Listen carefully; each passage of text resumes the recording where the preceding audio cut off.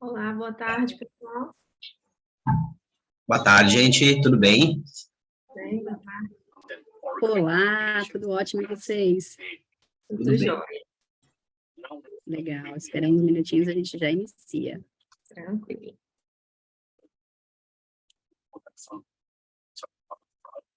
Feels like something very futuristic and something pulled from a sci-fi movie, but it's real. It's more common than you think. There are different type of frauds that can steal our money that programming side, making human interaction. What does that mean? That means like few sites can create harm, making clicks to borrow and steal that money. How do we see that? Because perhaps we have a click, but we didn't accomplish a sale, for instance. We have also like ad injection. What does that mean? When you're trying to see your the soccer game that is not covered by your TV programming, and you try to take it to Tarjeta Roja and see the end of your movie or the end of the soccer game, there is when you can see something in your probably education it's still in also pixel stopping that is also the expression was working in a suitable ecosystem for the main spoofing. That it's basically a mismatch between your bought an impression in X sites, and it appears in another. There's a mismatch between the purchase and the delivery that can make you spend. So it's important to have this filter that allows us to remove any we all expect safety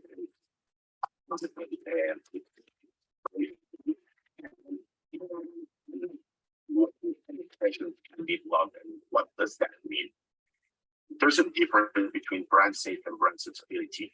And it's important to understand the difference between both concepts. Basically, brand safe is something based globally and suitable for everyone. For instance, violence or something like super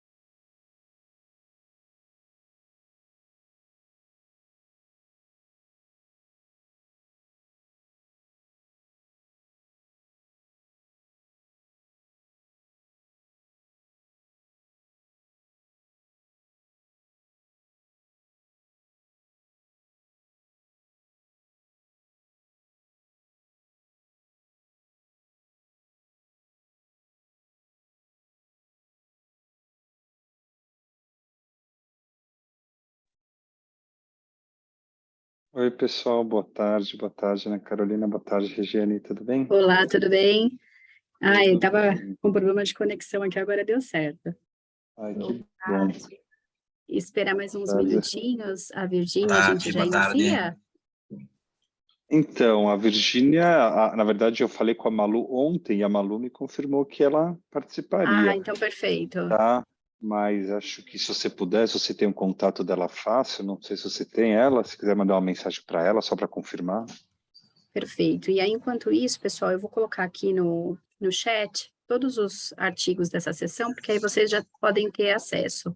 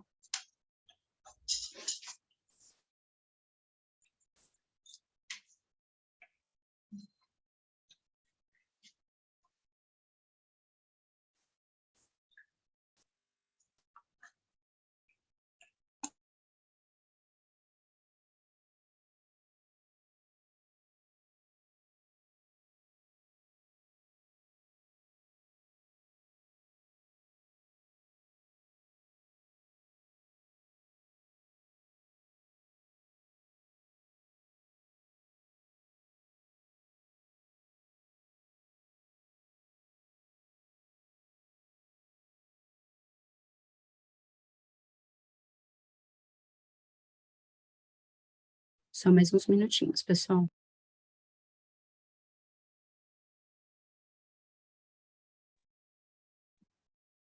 Boa tarde, Regiane, tudo bom? Olá, Igor, tudo bem? E você? Tudo certo. Eu acabei de escrever ali no chat, e aí quando você abriu o áudio, eu resolvi falar, porque eu acho que é mais fácil, né? A gente tem aula, infelizmente, às 2 horas. O Flávio vai ficar até o final da sessão, mas eu sou o docente, né? Então eu não tenho como ficar até o final. Eu não sei como está esquematizada a dinâmica, né, da sessão, se vão ser apresentados os trabalhos primeiros e depois será feito um comentário, os comentários, ou se pela gravação dos vídeos a gente só vai comentar os trabalhos. Só porque eu te digo que eu só vou poder ficar até as 2 horas. Aí, nesse sentido, se a gente pudesse antecipar as discussões do nosso trabalho, ou, enfim, queria só saber como é que vai ser organizado isso. Olá, pessoal, boa tarde. Meu nome é Virgínia, sou professora da Unifal, estou responsável aqui pela moderação da sessão. Peço desculpas a vocês pelo meu pequeno atraso, mas eu estou com uns probleminhas aqui na internet e eu precisei de reiniciar o modem. Enfim, mas cheguei em tempo de ouvir sua fala, Igor.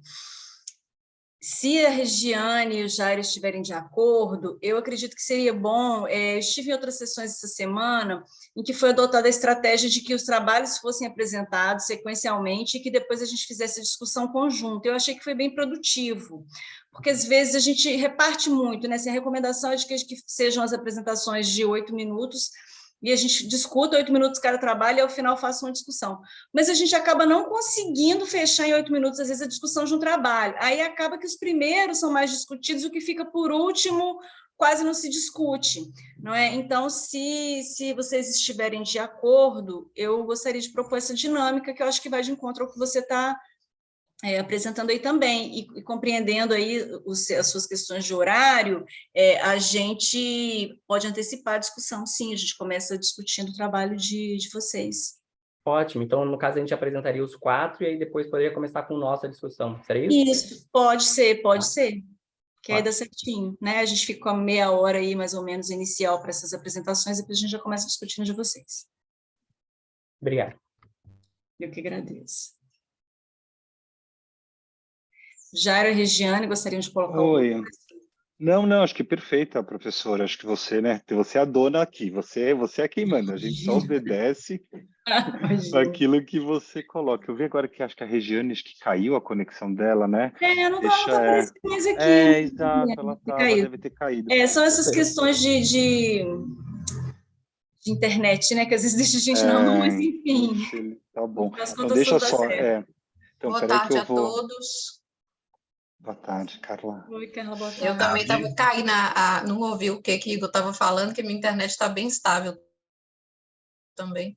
Eu tô com uns probleminhas aqui também. Eu acho que eu vou até pedir licença no início das apresentações para eu ficar com a câmera um pouquinho desligada para ver se ela melhora, porque eu estou ouvindo às vezes vocês falando, cortando um pouco, com um pouquinho de dificuldade. E eu vou continuar verificando aqui o que eu consigo fazer para ir melhorando. Qualquer coisa eu troco até de notebook para ver se isso melhora. Mas, enfim, vamos dar andamento então, né? Porque a gente está com um tempinho aí bem contado, para a gente ter condição de fazer uma boa discussão, que é a cereja do bolo, digamos assim, da sessão, é o momento da discussão. Né? Então, a gente pode dar início, a gente está todo mundo de acordo, a gente pode dar início, então, às apresentações. Ô, Jair, é você que coloca para a gente as gravações, ou é a Regiane? Ou seria a Regiane? Oi, Dia. Desculpa, professor, eu também acabei perdendo o que você comentou agora, desculpe. Eu perguntei se quem coloca as gravações para Eu vou apresentar colocar é você isso, na mesmo? falta da Regiane, eu vou colocar aqui. Isso aqui, como eu não estava preparado, eu peço só desculpas que eu vou ter que Não, propor imagina, aqui. tranquilo, vai dar tudo certo. Vai Apesar sim, vai das, sim. das dificuldades com a internet, a gente vai administrando, no fim das contas, sucesso. É isso mesmo. Deixa só eu achar os trabalhos de vocês, professores, só um momentinho. Só Autores de 2 artigos.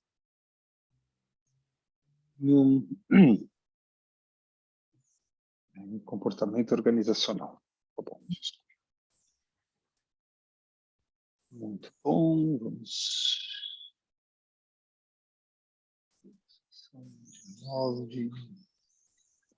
Isso, eu estou encontrando aqui, só me confirma se estou correto, por favor. Sim. Um dos trabalhos começa com práticas de trabalho da perícia criminal?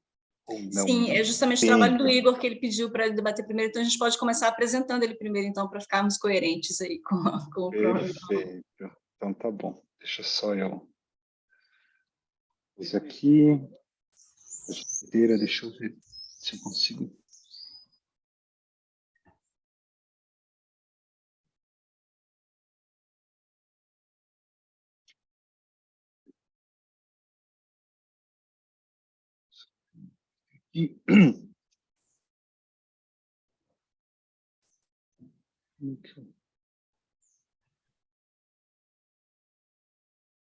Eu vou começar, tá, pessoal? Se vocês estiverem não escutando, não tiver alguma coisa boa, por favor, me avisem, tá? Tá certo, Jair. Olá a todos. Eu vou apresentar para vocês aqui, então, o artigo para esse 25º CMAD intitulado As Práticas de Trabalho da Perícia Criminal à Luz da Estética Organizacional, que é uma etnografia realizada na 7ª Coordenadoria Regional de Perícias aqui de Santana do Livramento, no Rio Grande do Sul.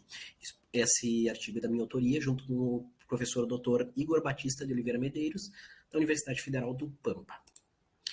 Então, como introdução, o trabalho desenvolvido pela perícia é um trabalho que envolve uma série de dinâmicas, uma série de variáveis, contextualizando com o local em que é desenvolvidas as atividades, como acidentes de trânsito, cenas de crime, desastres, enfim. Então, como o servidor lida com esses imponderáveis que se apresentam diante das suas práticas de trabalho? Através dos sentidos como audição, visão, olfato, tato, que são constantemente estimulados nas práticas do trabalho pericial, pode ocorrer a construção de um saber sensível e de um conhecimento estético a partir disso. Então, surgem as categorias de julgamento, como o sagrado, pitoresco, trágico, o feio, as agógicas, sublime e o belo, todas elas discriminadas por Antônio Stratti, que trabalhou muito nessa linha teórica. Então, como problema de pesquisa, como surgem as categorias, como as categorias da estética organizacional se manifestam nas práticas de trabalho da 7ª Coordenadoria Regional de Perícias? O objetivo geral, então, desse trabalho é analisar como essas categorias se engendram dentro dessas práticas de trabalho da 7ª CRP, e os objetivos específicos, então, é descrever as práticas que são realizadas no IGP, identificar quais as categorias estéticas se manifestam nas práticas de trabalho e compreender como essas características, como essas categorias podem interferir nas práticas de trabalho dos servidores. O referencial teórico ele foi dividido em 3 blocos. O primeiro bloco trata das práticas de trabalho e os estudos baseados em práticas. O segundo bloco é o bloco da estética organizacional, conhecimento estético e conhecimento sensível. E o último bloco está constituído do juízo estético e das categorias estéticas. Aqui estão delimitados alguns dos principais autores que deram embasamento para esse referencial teórico. No percurso metodológico, a abordagem do trabalho é uma abordagem qualitativa e o método etnográfico, porque eu faço parte ainda do quadro de servidores do IGP e isso me tornou mais fácil o método etnográfico, por eu já estar habituado nesse ambiente. As técnicas de coleta foram as pesquisas documentais, os diários de campo, observação participante, né, e um recorte de entrevistados formais e informais. Os principais deles dos entrevistados formais foram em torno de 7 servidores. Então aqui está o recorte dos servidores, a lotação de cada um deles, o tempo de IGP e os locais de trabalho, se é sede, se é idas a campo ou se é sede e idas a campo.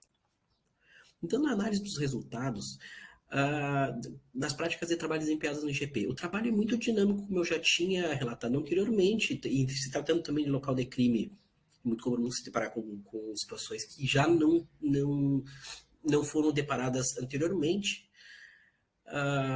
Os cargos de funções são altamente técnicas, né, que a concentração de raciocínio e o estímulo do sentido são fatores presentes em todas as execuções, e a recorrência de cada prática dá a forma ao sentido de cada estilo de trabalho dos servidores da coordenadoria. Então, a experiência estética nas práticas de trabalho do IGP, tato e visão são complementares às questões técnicas, e o olfato apresenta-se geralmente relacionado ao que é desagradável dentro dessa atividade pericial. A audição possui uma relação tanto com segurança, como ouvir para saber se está seguro um lugar ou não, geralmente em lugares onde há algum risco, como incêndios, desabamentos, enfim, como também um fator que por vezes interfere na concentração que demanda uma atividade pericial.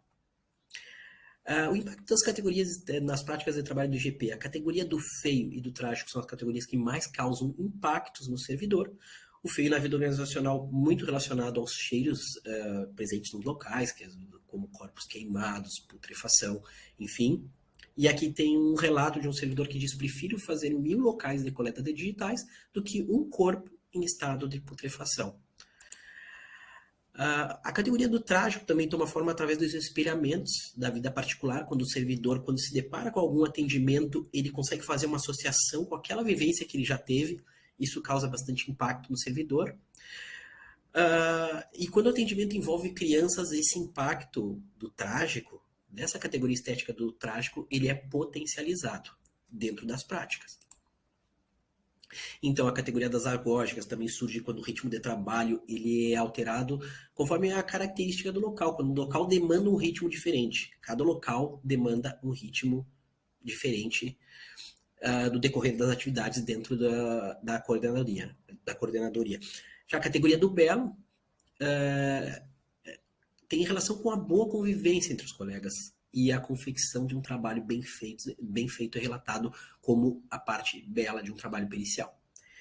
Aqui está um pequeno trecho de um relato de um servidor que diz que tem aqueles casos que te marcam porque tu sabe que fez um trabalho bem feito, um trabalho massa.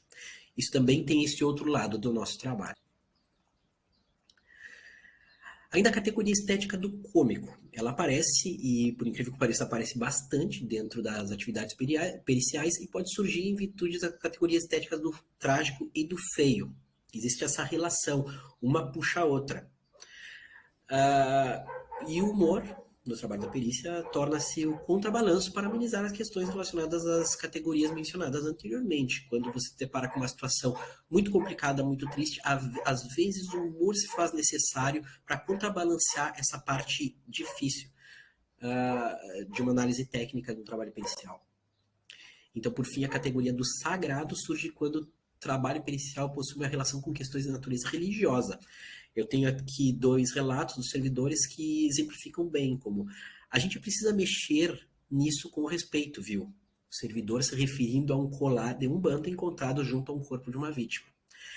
E a vítima era muçulmana e os familiares estavam exigindo que não fosse tirado o véu da mulher pelo perito. Vejam que há uma relação e um impacto de um sagrado dentro também de uma atividade pericial. Então, nas considerações finais, fica claro que não existe um trabalho pericial sem estética, né? E que o feio e o trágico são os que mais impactam nessas práticas de trabalho dentro do IGP. Toda pesquisa existe uma limitação, e como limitação nessa pesquisa, eu destaco a necessidade de sair presente em vários postos ao mesmo tempo com dinâmicas diferentes. Então, isso dificultava um pouco a análise mais focada das atividades, e uma sugestão de novas pesquisas e destacar um posto apenas para uma análise mais aprofundada dos conceitos da estética organizacional. Aqui estão algumas as referências que eu utilizei nesse trabalho, e eu agradeço pela atenção.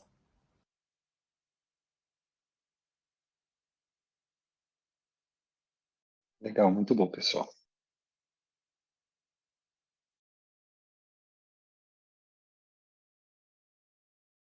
Virgínia, você já quer que eu emende no outro? Quer fazer algum comentário?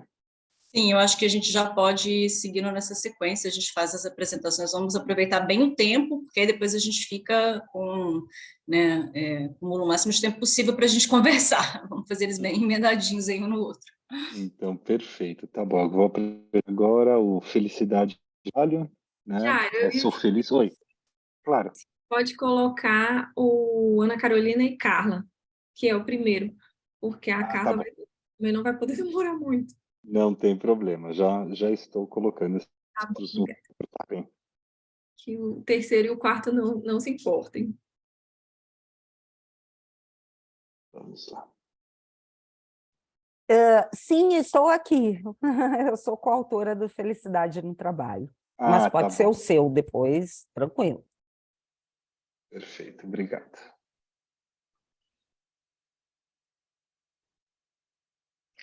Olá, pessoal. Eu sou a Ana Carolina, doutora em administração pela UNB. Esse artigo, ele é parte da minha tese, que foi defendida no ano passado. O título do artigo é Como virtude, cidadania e prática se relacionam no contexto da gestão estratégica de pessoas no setor público. Teste de modelo estrutural. As autoras somos eu, Ana Carolina Costa, e Carla Coura, minha parceira aí de publicações.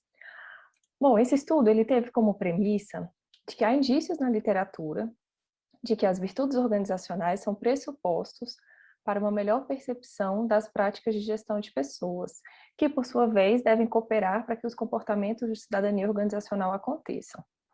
Assim, o objetivo do estudo é identificar a relação existente entre virtudes organizacionais, práticas de gestão de pessoas e comportamentos de cidadania organizacional, a partir do quadro conceitual da gestão estratégica de pessoas no contexto do serviço público. Quanto ao método, a pesquisa pode ser classificada como descritiva, explicativa, quantitativa e de recorte transversal. Foi realizada uma survey com servidores de 2 instituições públicas localizadas no Distrito Federal. A amostra final contou com 194 respostas. Quanto aos procedimentos de coleta dos dados, a fim de minimizar o viés comum do método, foi realizada uma coleta em 2 tempos, segundo a recomendação de alguns autores. Então, as variáveis virtudes organizacionais e práticas de gestão de pessoas foram coletadas na primeira etapa da pesquisa. Após 15 dias, foi coletada a variável comportamento de cidadania organizacional. Outra razão pela qual os dados foram coletados em 2 etapas não muito distantes no tempo é que os respondentes não esquecem a primeira etapa, sem, no entanto, as respostas da primeira etapa, né, das variáveis independentes, influenciarem as respostas da segunda etapa, que era a variável dependente. E aí foi realizada uma análise de caminhos por meio da modelagem de equações estruturais e foi utilizado o software AMOS. O instrumento da pesquisa do tipo questionário, ele foi composto por 3 escalas de mensuração validadas cientificamente, que são a escala de percepção de virtudes morais organizacionais, desenvolvida e validada por Gomide Vieira e Oliveira, 2016, a escala de práticas de gestão de pessoas pública, que é a PGP pública, que foi validada na minha pesquisa de doutorado e faz parte de outro artigo, e a escala de comportamento de cidadania organizacional, de Bastos, Siqueira e Gomes, 2014. Então, foram testadas 5 hipóteses, que eu já vou apresentá-las aí nos resultados. A hipótese 1 é que as virtudes organizacionais estão positivamente relacionadas às práticas de gestão de pessoas. Verifica-se que a relação entre as variáveis foi de fato positiva e significativa, resultando em uma correlação alta e um grande efeito. Dessa forma, H1 foi confirmada. Quanto à relação proposta na hipótese 2, as práticas de GP estão positivamente relacionadas aos comportamentos de cidadania organizacional. A associação entre as variáveis foi positiva e significativa, mostrando uma correlação fraca e um efeito pequeno. Assim, verifica-se que H2 também foi confirmada. A relação proposta na hipótese 3, que as virtudes organizacionais estão positivamente relacionadas aos comportamentos de cidadania organizacional, apresentou uma associação positiva e significativa, mostrando uma correlação fraca e um efeito pequeno. Então, também podemos confirmar H3. E aí, dando sequência, a hipótese 4 indica que há uma possibilidade de mediação entre as variáveis, virtudes organizacionais, práticas de GP e comportamentos de cidadania organizacional. Então, 2 modelos possíveis de mediação foram testados. Primeiramente, o teste foi realizado tendo a variável práticas de gestão de pessoas como mediadora da relação. Essa possibilidade foi refutada, pois os pressupostos de Baron e Kane, em 1986, não foram atendidos. E aí, num segundo momento, outra possibilidade de mediação foi testada. As virtudes organizacionais mediando a relação entre práticas de gestão de pessoas e comportamentos de cidadania organizacional.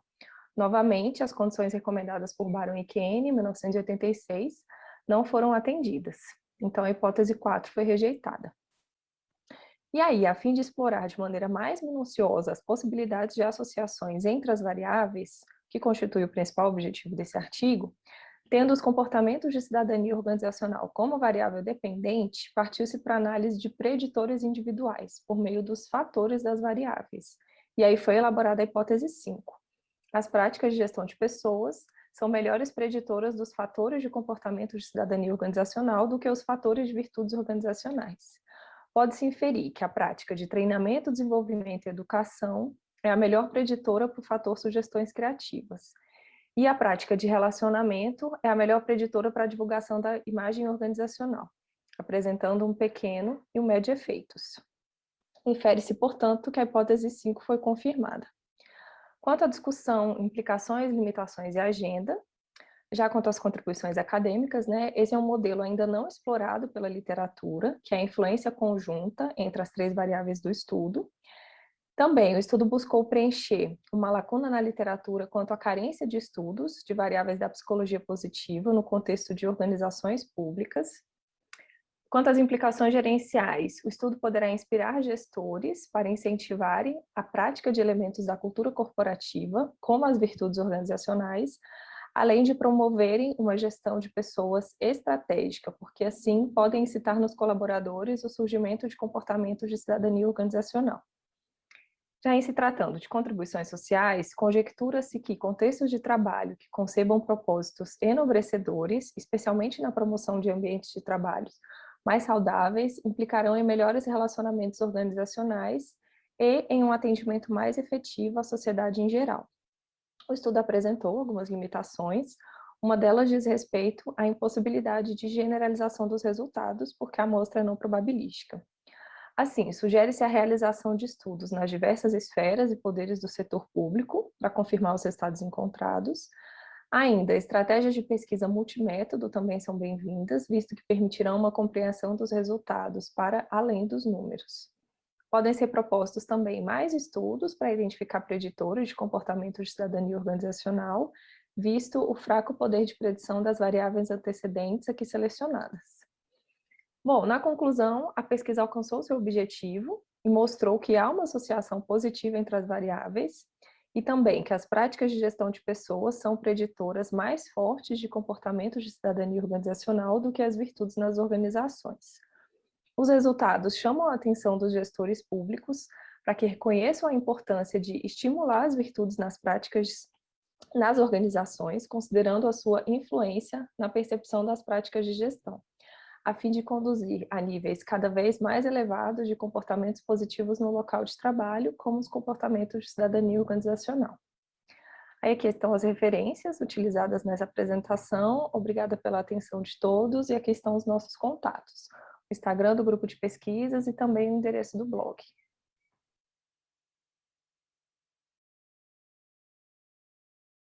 Legal, muito bem. Muito bom. Professora Virgínia, só para te avisar, a Paloma está aqui com a gente. Ela vai estar assumindo aí no lugar da Regiane como debatedora. Tudo bem? Tudo bom, Ótimo. Paloma? Boa tarde. Boa tarde, tudo bem? Bom, legal. Obrigado aí por ter nos socorrido aqui. Deixa só... Eu vou colocar aqui no chat o link do terceiro... Peraí, cadê o chat?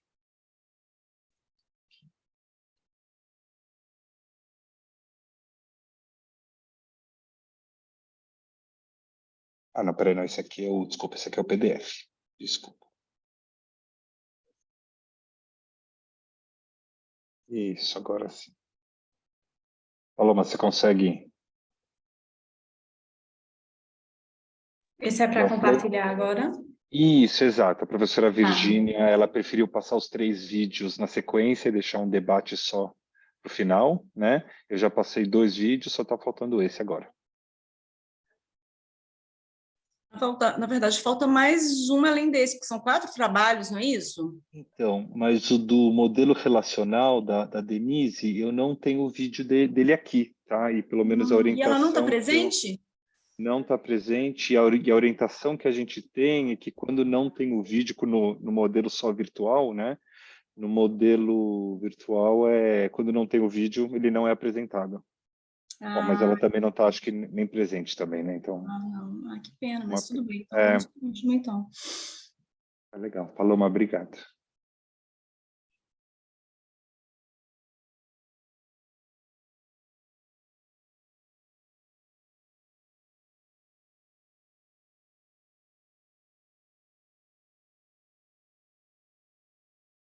Paloma está sem o áudio, acho que você precisa também compartilhar o áudio, tá? Jairo, só um minuto, então. Tá bom, que isso.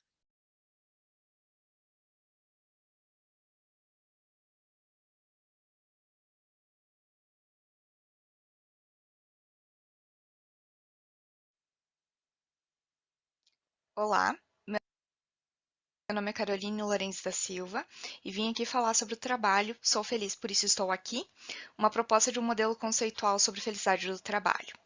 Esse projeto é um recorte da minha dissertação do curso de pós-graduação em administração da UPF, sob a orientação da professora doutora Annelise Rebelato Mosato.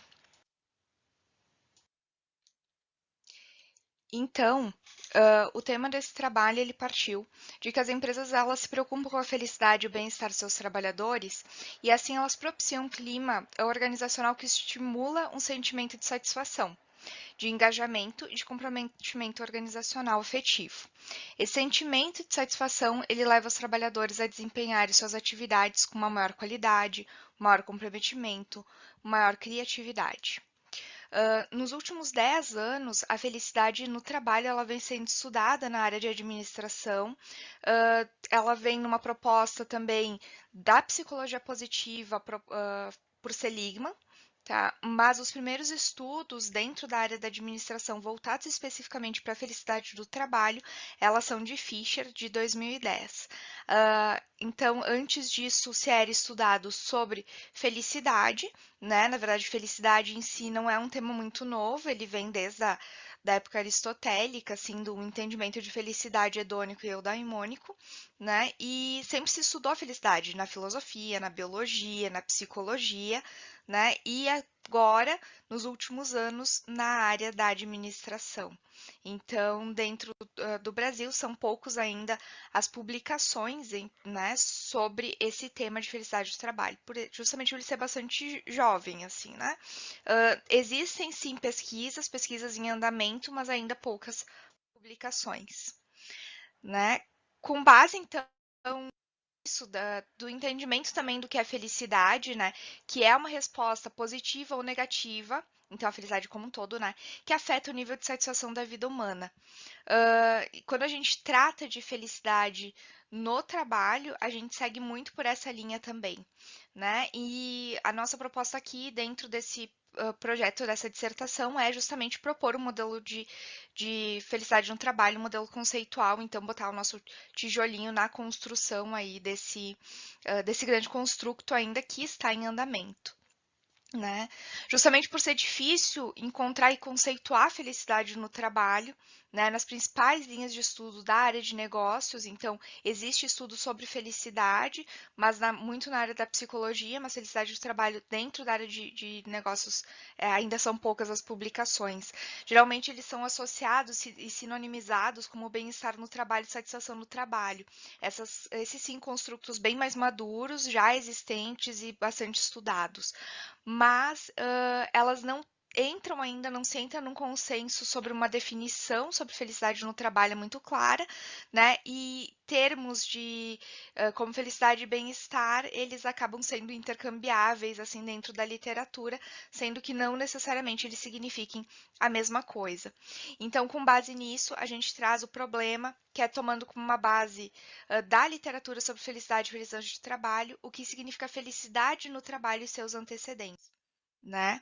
O nosso objetivo com isso é propor ainda um modelo conceitual. Esse modelo está em construção ainda, né? Então a gente traz aqui um início desse modelo, né? Para a gente sim poder fazer uma análise de felicidade no trabalho dentro das organizações a partir desse modelo. Então, como fundamentação teórica, né, a gente traz que a própria felicidade, né, ela ainda é um construto que está em desenvolvimento, por ele ser jovem, né? Ainda falta um consenso em relação ao termo, né? Da felicidade no trabalho, e outro em relação à medição. Existem sim, fora do Brasil, principalmente, algumas bases, né, para medição de felicidade no trabalho, principalmente por Salas, Valina e Alegre, então testes quantitativos. Minha proposta, né, depois, posteriormente na dissertação, é fazer um qualitativo para tentar entender melhor esses antecedentes. Né? Aqui eu trago 3 grandes construtos, né? Um deles é de Fisher, que diz que felicidade no trabalho está intrinsecamente relacionado com o comportamento organizacional e que inclui satisfação, né, de uma forma bem mais ampla, inclusive com o trabalho exercido, né, comprometimento organizacional e engajamento. Também muito ao encontro do que vai Salas, Valina, Alegre e Lopes Cabrales, também que diz que felicidade é entendido como um estado de trabalho que envolve engajamento, satisfação e comprometimento organizacional afetivo. E com isso, né, finalizo com Sender, Carvalho e Guedes, que diz que felicidade no trabalho é um estado psicológico positivo, influenciado por antecedentes e que leva a algumas consequências. As consequências, né, também são alguns tratamentos. Alguns construtos aqui, baseado em Fisher, né, que diz que o nível, né, de felicidade no trabalho ele tem um nível transitório, um nível de pessoa e um nível de unidade. Né? Então, com isso, né, eu faço essa proposição aqui de felicidade no trabalho sendo um estado psicológico positivo que ele gera comportamentos. A gente divide aqui em 4 grandes grupos, né? Um relacionado a nível organizacional e outro a nível individual, então do indivíduo, então carga genética, personalidade, características cognitivas, então que elas são muito do indivíduo, não são relacionados necessariamente ao trabalho, mas sim tudo aquilo que ele traz, né, aquela subjetividade humana, que justamente a psicologia se propõe.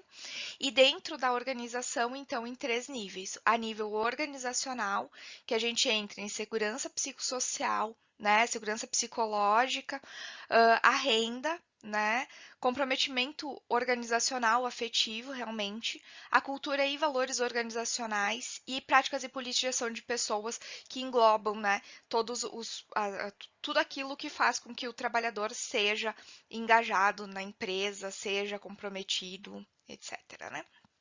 Dentro da função, a gente entende que são relativos à felicidade dentro da função a própria atividade de trabalho, então, se ela é uma atividade que explora as habilidades do trabalhador, os conhecimentos dele, se ela tem propósito para a sociedade, a própria satisfação no trabalho, o engajamento dele com o trabalho e a autonomia de trabalho que ele tenha, né? E, por fim, as relações interpessoais, que se propõem como amizades, e dentro das relações de trabalho, então, relações amistosas de trabalho, construção de amizades dentro do trabalho e a própria relação com a liderança. Então, a gente entra aqui em todos os relacionamentos, tanto com a liderança acima quanto seus liderados, né? Então, líderes, liderados e seus pares. Então, todos esses relacionamentos aqui, né? Mais com aquilo que já é de nível individual, a gente entende como esse grande construto, tudo aquilo que seria antecedente à felicidade e que geraria esse comportamento. Muito obrigada. Olá, Virgínia. Olha, pessoal, se você não se importa, Virgínia, eu posso controlar o tempo aqui. Eu tive um problema técnico, o pessoal até viu, eu estava aqui antes na sala, mas deu um conflito. Desculpe, eu não sei se já tem alguém conduzindo, vocês preferem que eu calcule o tempo? Oi, Regiane, eu entrei para conduzir, Olá, mas eu fui pega bem de surpresa, porque eu já estava em outra sessão como debatedora. Aí, se você conseguir seguir, consigo sim, já certo? resolveu aqui, eu reinstalei o Zoom, tá Ok, 100%. tá Obrigada, ok. viu, Paloma? Abraço. Por nada. Pessoal, me desculpe, tá? Eu vou colocar 8 minutinhos aqui para que a gente tenha o tempo de fazer as perguntas e debater, e aí podemos começar. Já comecei a cronometrar aqui. Tá no mudo, Virgínia. A gente liga e desliga tanto o microfone que chega uma hora que a gente se perde nisso. Bom, obrigada, Regiane. A gente vai começar, então, com o trabalho do Flávio e do Igor, né? Conforme eles... Eu não sei se você ainda estava aqui quando eles pediram para iniciar, porque o Igor precisa de sair, que ele tem aulas duas, então a gente vai iniciar... Tá. Eu estava falando com o Igor, eu ia responder para ele, e aí depois caiu a conexão.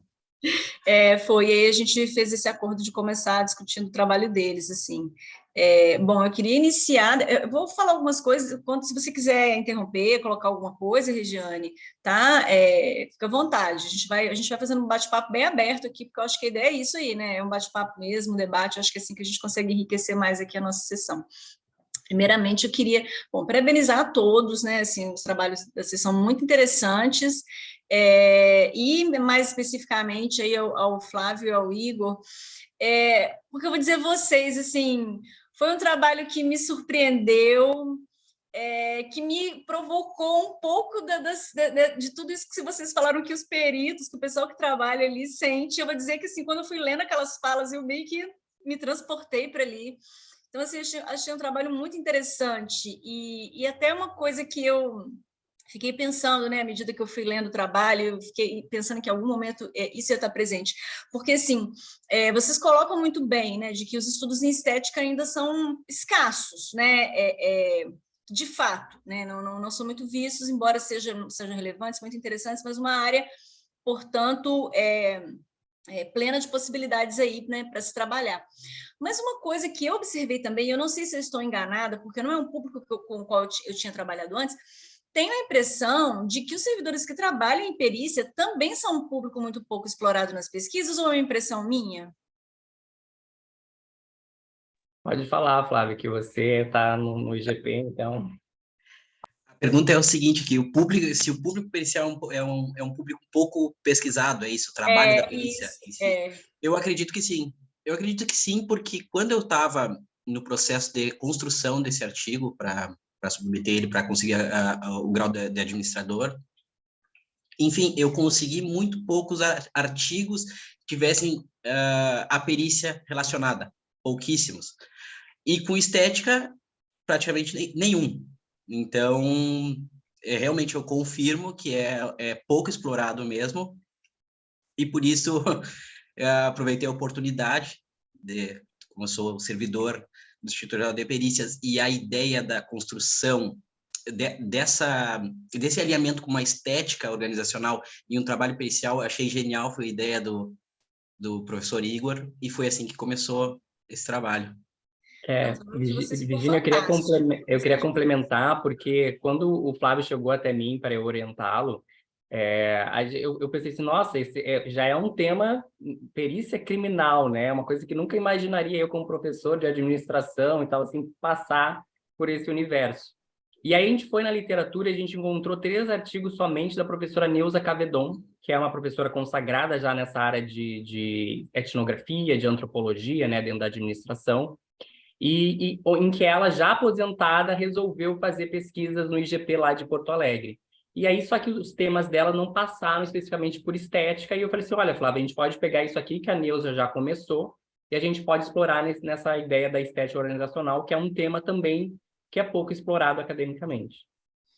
Sim, eu achei interessante. Eu pergunto isso até por uma consideração que eu queria trazer assim, para vocês, a título de sugestão, se vocês julgarem pertinente. Porque, assim, como eu não, né, o tempo é curto, não dá para a gente chegar e pensar, vou fazer uma pesquisa aqui para ver se de fato, né, tem poucos trabalhos sobre, né, junto a esse público, mas eu fiquei com essa impressão, porque com o meu tempo de pesquisa em comportamento organizacional, eu nunca vi nenhum estudo sobre nenhuma das temáticas de comportamento junto aos peritos. E aí eu fiquei pensando, falei, gente, tem uma outra relevância imensa, então, desse trabalho, que eu acho que vocês deviam demarcar mais, que é trazer visibilidade para esse público, não é? Porque são trabalhadores que eles são quase invisíveis aí, né, do mundo acadêmico, e trabalhadores que têm uma experiência de trabalho muito forte, né? E que acho que, nossa, uma experiência de trabalho que dá campo para muitos estudos, inclusive para se discutir essas questões de... Eu fiquei até pensando, porque assim, eu estudo saúde ocupacional, né? A gente, como se diz, sempre puxa, né, a brasa para a sardinha da gente, mas quando eu comecei a olhar, eu falei, gente, um estudo de saúde ocupacional junto a esse público, assim, eu acho que é extremamente necessário também. Eu acho que tem uma série de questões que precisam ser discutidas. Enfim, eu acho que é um público carente de pesquisas, inclusive se a gente pensar em termos de condições de trabalho mesmo, né? Vocês falam um pouco ali, né, no artigo de impactos psicológicos, né, da atividade, impactos sobre a saúde psíquica, né, desse trabalhador, e ele é um trabalhador importantíssimo, né, faz um trabalho super relevante, e que ele está escondidinho. Eu falei, nossa, gente, eu amei o trabalho de vocês, assim, gostei muito. Eu falei, nossa, a gente precisa mais disso, de trazer mais esse público para as pesquisas. Então, foi um primeiro ponto que que me chamou muita atenção, mas bacana, acho que vocês deviam demarcar isso bastante no trabalho, sabe? Olha, nós estamos, né, jogando luz num cantinho que estava no escuro, né, que estava escondidinho, né? A gente está jogando luz aqui e trazendo uma discussão super pertinente mesmo, assim, quase que mandatória. E me chamou, não sei se me permite, claro, o que chamou muito a atenção também é o fato de vocês conseguirem fazer a etnografia, ter essa oportunidade de observar, porque às vezes, né, como entrevista, algumas questões não ficam tão claras. Então, assim, esse fato da observação, eu achei, assim, muito interessante. E como que foi conseguir esse acesso, a confiança? Teria como contar um pouquinho o processo, como foi, como pesquisador? Eu vou passar... Junto com a pergunta, Regiane, eu vou fazer uma outra aqui relacionada a isso, que ele já responde as duas de uma vez só. Que uma coisa que eu fiquei pensando assim também, foi até uma certa preocupação, porque eu vi que vocês esclarecem lá, né, que estão cientes de que o Flávio que trabalha lá, né, estão cientes de que o fato de que o Flávio, por estar lá, por ser trabalhador, né, realizar a etnografia, ele precisa de fazer aquele processo de distanciamento para conseguir, né, enfim. Mas aí não deixa de ressaltar na gente, leitor, uma preocupaçãozinha assim, de que em que medida que a etnografia não ficou contaminada pelo fato dele ser servidor. E eu tenho certeza que vocês tomaram cuidados com relação a isso, mas assim, eu queria ouvir um pouco de como que foi feito esse processo, e acho que valeria a pena colocar isso mais claro também no estudo, sabe? Pela qualidade dos resultados, todos a gente consegue ver, né, que vocês conseguiram lidar bem, mas queria ouvir junto com a resposta da Regiane sobre isso aí. Antes de passar para o Flávio, que ele que certamente vai responder melhor isso, eu só queria mencionar que quando você trouxe essa questão justamente da saúde ocupacional, foi uma preocupação depois dos resultados, quando eu tive acesso, quando o Flávio falou, e a professora Laura Scherer, que estava na banca dele, comentou assim, acho que você tem que colocar lá nas considerações finais isso, assim, porque não tem um acompanhamento psicológico para esses servidores. Então, assim, é uma coisa que a gente imagina assim, nossa, né, como que lida isso, assim, né? Então, com vários casos que a gente apareceram ali, né? Então, eu acho que realmente isso é algo importante para a academia trazer luz, né? Mais pesquisadores, talvez, dessa linha de saúde ocupacional, entendendo, né, como funciona melhor esse universo, pesquisando mais esse trabalho de perícia criminal. Certamente, talvez isso possa ter um impacto em políticas de gestão de pessoas nesses institutos públicos, né? Exatamente o que eu pensei, isso Mas, mesmo. Flávia, assim, fala aí como é que foi o teu processo. Assim, quando eu levei esse tema, e é um método também, que era novidade para o Flávio, eu falei assim, olha, vai ser difícil, porque você precisa fazer um distanciamento, mas fala para o pessoal aí Etnografia como já é que não é foi para fácil, ti. né? Independente de como seja a etnografia na sopa. Não, realmente não foi fácil. A questão do acesso, enfim, né, por eu já fazer parte da perícia criminal e já faço parte há 12 anos, né, então o que que acontecia? Acontecia o processo e eu estava o tempo inteiro, eu já entrava, por exemplo, todo esse tempo que eu passei na construção do artigo, eu me dedicava ao meu trabalho, mas entrava ali o servidor e o pesquisador ao mesmo tempo. Então, eu dividia essas duas partes fazendo a etnografia. Não é fácil, realmente. Não é fácil tu conseguir esse distanciamento pelo fato da familiaridade com todo mundo. O que eu fazia? Eu entrevistava os colegas e eu gravava eles também.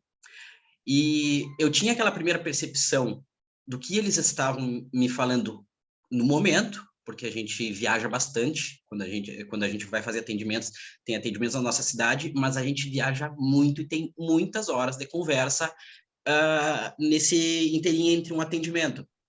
Então a gente conversava, eu gravava, mas eu, para tentar fugir um pouco daquele distanciamento, daquela questão da familiaridade, eu pegava tudo que a gente conversava e escutava tudo de novo em casa. Eu tentava me distanciar, tentava sentar ali e escutar o que estava sendo dito como um pesquisador, tentando, pelo menos, como é que eu vou te dizer, isolar aquela pessoa, aquele colega de trabalho e apenas escutar e tentar interpretar o que ele estava querendo dizer naquele momento. Era mais ou menos desse jeito que eu fazia. Virgínia, do tempo, a gente né, já deu os 8 minutos, a gente vai para um próximo, o que que você recomenda para uma Eu acho próxima que a gente discussão? pode sim, só quero falar umas coisinhas finais. Eu acho que valeria a pena falar um pouco mais dessa, eu acho que valeria a pena compartilhar talvez um pouco mais do trabalho, Flávio, Igor, não sei o que vocês pensam disso daí, né, desse esforço que você realizou, porque assim, hoje em dia, né, houve um tempo que tinha aquela história, né, de não sei o que o pesquisador não pode, não existe, o pesquisador ele está presente também, então assim, a subjetividade do pesquisador, ela interfere na análise, não adianta dizer que é perspectiva quant ou quali, que não existe, né? Está presente, né? Enfim, e isso faz parte do processo, né? Mas eu acho que seria interessante você demarcar melhor esse cuidado, esse esforço, né, que você teve em, nem digo pelo, né, por não deixar a sua subjetividade envolver, mas por tentar enxergar com esses dois olhares, né? Distanciar do olhar do trabalhador da perícia e tentar assumir o olhar do pesquisador. Mas eu não acho assim, que isso seja ruim, não, sabe? Assim, eu acho que o seu tempo de experiência lá dentro só enriquece a sua etnografia, não é? Porque te traz um nível de conhecimento sobre né, o local que você está pesquisando gigantesco. Eu acho que é só interessante você demarcar isso um pouco mais, só para acabar de agregar mais um pouquinho de qualidade desse trabalho, que já está incrível mesmo. Assim, muito parabéns para vocês mesmos, gente. Assim, olha, obrigado. Tinha tanta coisa que eu queria perguntar, falar, mas assim, o tempo da gente é curto, a gente vai ter que passar para o próximo, mas que bom que deu tempo da gente conseguir debater enquanto você ainda está aqui, Igor. Legal. Obrigado pelas obrigado. contribuições, pessoal, e com certeza a gente vai fazer uma explicação um pouco... A gente tem o limite, né, de lá 8.000 palavras, 10.000 palavras, mas ainda assim, e a etnografia é um trabalho muito da escrita do texto, né, da descrição do texto, então, assim, mas a gente vai tentar, dentro do espaço que a gente tem em publicação, né, para considerar isso, sim. Tanto a importância do trabalho pericial de ser mais pesquisado, quanto esse processo de investigação metodológica, desse distanciamento, né? Obrigado pelas considerações. Muito obrigado pelas considerações também, agradeço. Bacana. Essa foi a primeira discussão. Virgínia, você tem alguma recomendação ou a gente pode ir na ordem agora dos artigos? Está no mudo. Tá mutado, Virgínia, a gente não está te ouvindo. eu falei que acho que talvez a gente pudesse continuar com a Ana Carolina, porque eu acho que você falou que precisava de sair também um pouco mais cedo, não foi isso, Ana Carolina? A Carla, que é coautora, também vai Sim, precisar. a Carla, Isso. foi isso, que queria precisar de sair um pouco Perfeito. mais cedo. Então, se a Caroline estiver de acordo, tudo bem para você, Caroline, que a gente fique com o seu no debate por último? Não, então tá ótimo. Vamos, então, falar um pouquinho aí do... Bom, parabéns também pelo trabalho de vocês, Ana Carolina e Carla. Eu vou dizer uma coisa, assim, eu fiquei procurando o tempo inteiro, eu falo a primeira coisa, porque foi uma coisa que me incomodou, assim, achei o artigo muito bom, muito bem organizado, assim, um trabalho muito bem feito, muito cuidadoso, mas vocês não colocaram uma ilustração com a figura do modelo estrutural, da modelagem de equações estruturais.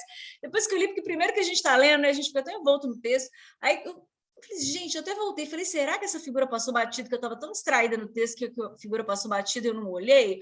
Eu voltei procurando a figura do modelo estrutural completo e eu não achei. Eu falei, poxa, assim, a figura é tão importante, né? Não tem aquele negócio assim do desenho, né? Que a gente entende, né? Assim, eu acho que A gente colocou só a da hipótese 5, né? Só das práticas de só aquele GP. pequenininho. Agora, na apresentação, vocês até colocaram um pouco mais. Teve um outro pedacinho de figura que vocês colocaram. Essas 16 páginas são cruéis. Tem um modelo inteiro, eu quero ver. Sim, a gente pode apertar ali para... Foi uma opção? Foi por causa de espaço? Por que vocês não colocaram... Foi por causa de espaço, E aí a gente optou por colocar já dos resultados ali, porque, de fato, enfim, 3 variáveis, 5 hipóteses, a gente, né, acaba talvez se perdendo um pouco na parte teórica ali, falando muita coisa, quando vê, não...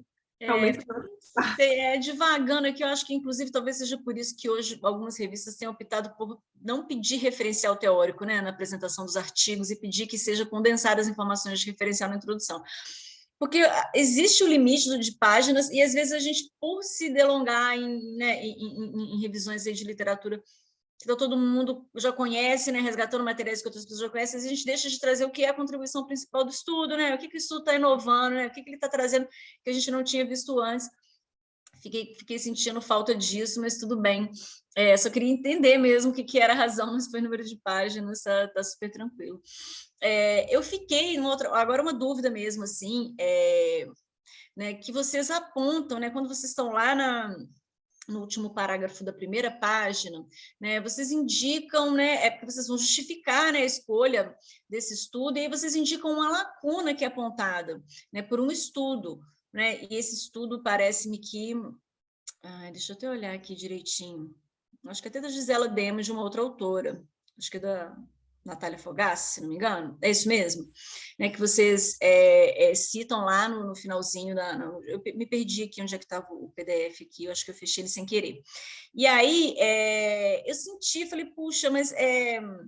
quais seriam as outras motivações? Né, é isso mesmo, Demo, Fogassi e Costa, 2018, vocês colocam, né, que vocês colocam exatamente isso, né, lacuna identificada na literatura no que diz respeito à investigação, né, de modelos estruturais mais complexos envolvendo as práticas de administração de RH.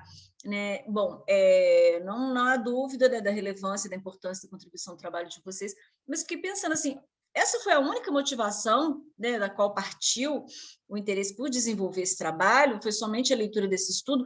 O que mais que despertou? Por que comportamento de cidadania organizacional? Né? Por que essa questão das virtudes? Assim? Por que a escolha dessas variáveis? Eu gostaria, se vocês pudessem contar um pouquinho mais desse processo aí de escolha, de desenho, né, desse processo de desenho, de decisões que vocês tomaram para, né, fazer esse desenho de pesquisa. De fato, não foi a única motivação mesmo, né? Até o próprio estudo no serviço público, né? De práticas de gestão de pessoas no serviço público é muito escasso, né? A gente vê um número maior aí em empresas privadas, variáveis de comportamento organizacional e... Não sei, Carla, me ajuda aí a relembrar por que a escolha das variáveis. A gente fez... A Carla terminou o doutorado um pouquinho antes de mim, e aí a gente também conseguiu fazer um apanhado de dados, a coleta dos dados dela, a minha coleta de dados, para a minha tese. A gente também fez parte de um projeto de pesquisa do CNPq. Também tinha uma outra variável, que era liderança. Então, na verdade, assim, acho que, sei, a professora Gisela já estudou, né, outras variáveis. Eu fiz o mestrado com ela também, estudei resiliência organizacional. Eram variáveis que, à medida que a gente ia estudando, a gente percebia que não existiam muitos estudos, né? Até comportamento de cidadania organizacional, a gente via muito poucos estudos aqui no Brasil, né? Tanto que a gente até chegou a fazer uma revisão sistemática e a maioria dos estudos, de fato, é uma variável pouco estudada no Brasil, mas é muito estudada lá fora. Então, na verdade... Oi? Vou completar. Sim. Então, na verdade, a professora Gisela, ela é coautora desse trabalho também, né? Porque esse trabalho é fruto do doutorado aí de Carol, né? Então, ela estuda a questão de práticas de gestão de pessoas há muitos anos, e uma coisa que ela vinha sentindo dificuldade era em questão às práticas de gestão de pessoas ligadas com o setor público. Então, não tem nenhum trabalho no Brasil, né, de questão de escala do setor público. Então, Carol fez a validação de uma escala de setor público, que é um outro artigo que a gente apresentou aqui também no CEMEAD, né, e aí, depois da aplicação e da validação, a gente fez análise fatorial, né, fazendo a aplicação dessa escala, né, que é uma escala voltada para o setor público. A variável de virtudes organizacionais, a gente também tem pouquíssimos trabalhos, e aí, como a gente queria ligar ela também com o setor público, então a gente fez as virtudes organizacionais, ela e a de cidadania organizacional, então juntando essas variáveis. E aí a gente fez uma aplicação mais no setor público, né, que Carol trabalha na UNB, na parte administrativa, então a gente viu também uma oportunidade para aplicação. O trabalho foi aprovado, né, pela questão do comitê para aplicação na instituição, que a gente sabe que essas instituições públicas também é muito difícil da gente conseguir fazer alguma aplicação, né, e aí como Carol está inserida lá, a gente conseguiu essa autorização, né, para fazer a aplicação, e aí a gente verificou, então, por isso que a gente colocou só o modelo final, que na verdade eram 5, né, Carol, desse? 5 modelos, então, assim, são 5 desenhos, né, que a gente tem de testes de cada um dos modelos aí, e mais um modelo geral, né, que é o modelo final, né, e aí no artigo a gente teve que, quando a gente vai naquele corta, vamos deixar o modelo principal, né, que foi o 5º aí, mas na verdade na tese tem todos esses modelos, né, e na hora da publicação também a gente pretende apresentar todos, né, acho que é isso. Não, compreendi. Bom, na verdade, eu acho que isso tudo que vocês contaram aí, né, da escolha dessas variáveis, acho que essas coisas são importantes de estar ali, né, discutir essa questão, né, da escassez desses estudos, assim. Foi uma curiosidade que me surgiu, né, de quais seriam as outras motivações, né, que teriam levado ao desenvolvimento desse desenho de pesquisa, mas acho que vocês responderam muito bem, e talvez nesse processo, né, do que fica e do que é cortado, acho que de repente valeria colocar, né, cortar alguma outra coisa e colocar aí essa questão dessas motivações, porque eu acho que isso, inclusive, que vai marcar a contribuição da pesquisa de vocês, né, assim, delimitar melhor essa lacuna que vocês apontam ali muito brevemente a partir desse único estudo, mas delimitar melhor, né, a que lacuna vocês estão se referindo, né, em que o trabalho de vocês contribui para o campo, não é? Enfim, acho que essas questões são importantes, vocês sabem, né, a gente está aqui nessa discussão, a gente sabe de como as coisas funcionam no meio acadêmico, mas isso é uma coisa que é super importante quando a gente vai submeter as revistas, né, assim, elas querem que a gente deixe bem claro qual a contribuição que o trabalho traz, né, porque ele merece ser publicado, né, porque ele deve ser publicado, qual a contribuição que ele traz, né, em que medida que ele vai contribuir para enriquecer o debate sobre o tema. Isso aí que vocês colocaram, tudo sinaliza isso daí, né? Então, acho que era interessante. E tem uma coisa, Virginia, não sei se para poder complementar também, uma questão que agora que você colocou isso aí, eu fiquei pensando aqui, né, essa questão de completar a justificativa, né, do trabalho, porque a escolha dessas variáveis, né? E uma questão que eu acho que, assim, para a gente foi um avanço também, porque a gente fez uma bibliometria, né, e uma revisão sistemática de cada uma dessas variáveis, para verificar se realmente elas tinham sido aplicadas também no setor público, né? Nossa, e aí o que aconteceu? Imagina, que pecado. E agora, interessante você colocar isso aí para a gente, porque, assim, as revisões sistemáticas dessas variáveis, todas já foram publicadas em periódicos, nós conseguimos já publicar todas. E o modelo a gente está apresentando a primeira vez aqui. Então, assim, agora que você falou, surgiu uma ideia também, Carol, que acho que é bom a gente colocar, na hora que a gente for fazer a introdução do trabalho, né, desse aqui, a gente colocar essas revisões, né, já publicadas como embasamento para mostrar que cada uma das variáveis realmente não tem trabalhos publicados no setor público, que aí acho que vai... Era o mais difícil, quero fazer todo o levantamento, e chega no artigo, fica caladinho, falando, acontece com a gente. Então, agora dá para a gente revisar essa primeira parte da introdução, vai ficar bem legal também. Eu acho que sim. Outra coisa que a Ana Carolina falou no momento que ela estava respondendo a questão, que ela falou, o setor público, nem tinha... Essa era a pergunta que eu ia fazer depois, ela até me respondeu antes. Ela disse assim, que o setor público tem pouquíssimos estudos sobre isso. E uma das coisas que eu notei aqui para perguntar para vocês era por que fazer estudo no setor público? Porque ficou uma coisa assim, como se fosse aleatória, sabe? Unidunité. Vamos fazer aqui no setor público, tem uma organização aqui do lado de casa, a gente vai lá e coleta, sabe? Tipo assim, né? E aí ela fala, né, explica para a gente, não, é porque os estudos, né, sobre esse tema no setor público são escassos. Falei, putz, uma frase, né? Uma frasezinha que você coloca ali, e que mostra toda a pertinência, né, do trabalho, assim, eu acho que a palavra é isso mesmo, né? Pertinência, onde ele chega ali, com que propósito, não é? E, enfim, e aí isso destaca as contribuições que ele traz de fato, né? Ele vai levar esse tema para ser discutido em um setor em que não há quase discussões sobre o assunto, ele vai abordar variáveis que não estão sendo ainda tão exploradas na literatura. Nossa, você lê isso na introdução, a gente já fica mais animado de ler o restante do trabalho, não é isso? Você fica então o que ele está trazendo, não é? Enfim, mas muito bom o trabalho de vocês, viu, gente? Fantástico, muito bom mesmo, parabéns. Obrigada, agradeço aí as contribuições. Regina, por você questão já de estourou? tempo, vamos para o próximo, estourou uns 2 minutinhos, mas vamos para o próximo. Estourando. Mas eu acho que como a gente está razoavelmente bem de tempo, até 14h30, se você tiver alguma pergunta que você queira fazer para elas, você pode fazer também, ou se você preferir, a gente passa... Nós temos mais 2 trabalhos, é isso? Não, a gente só tem mais um. Eu acho que essa parte só mais você um? perdeu, Regiane. Porque entendi. o trabalho da cheguei... Denise... Então, a Denise já apresentou. A Denise não veio, ela não compareceu e ela não enviou mas a Denise está aqui, ó, Denise Pragana Videira. Tá? A Denise está aqui, tá? Ela está assim, está aparecendo na minha telinha. Desculpa. Eu entrei agora. E você não estava presente, você chegou agora, então. Gente, olha, desculpa, eu acabei não sabendo exatamente qual era o meu horário, a minha data, eu olhei agora e fui pega de surpresa. Mas aí, ó, dá perfeito. Perdão, mas você não estava mesmo minutos... no início, então, né?